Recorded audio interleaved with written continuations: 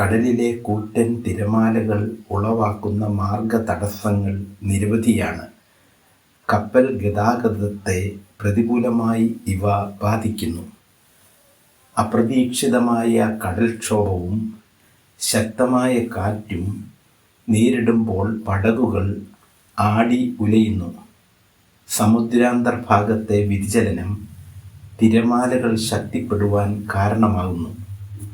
ക്യാപ്റ്റൻ്റെ തീരുമാനങ്ങൾ ബലപ്പെടുത്തുന്നത് electronic navigation സംവിധാനങ്ങളുടെ അറിവ്, ഷിപ്പിംഗ് നിയന്ത്രണങ്ങൾ, കടൽ യാത്രാ പരിചയങ്ങൾ എന്നിവയാലാണ്.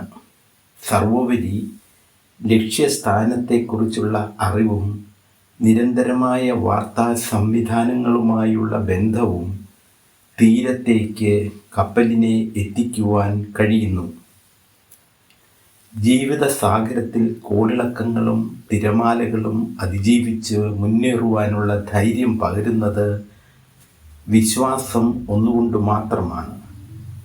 ഏതൊരു കപ്പൽ യാത്രയിലും അതിശക്തമായ തിരമാലകൾ നേരിടേണ്ടി വരുന്നു.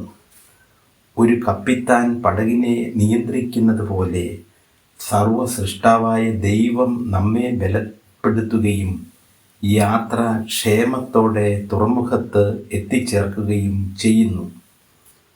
തിരുവചന ധ്യാനം, സമർപ്പണം, ഉടമ്പടി, തീരുമാനങ്ങൾ ഇവ ഏതു പടകിനെയും ജീവിത സാഗരത്തിൽ ഉലച്ചിൽ കൂടാതെ ലക്ഷ്യസ്ഥാനങ്ങളിൽ എത്തിച്ചേർക്കുന്നു.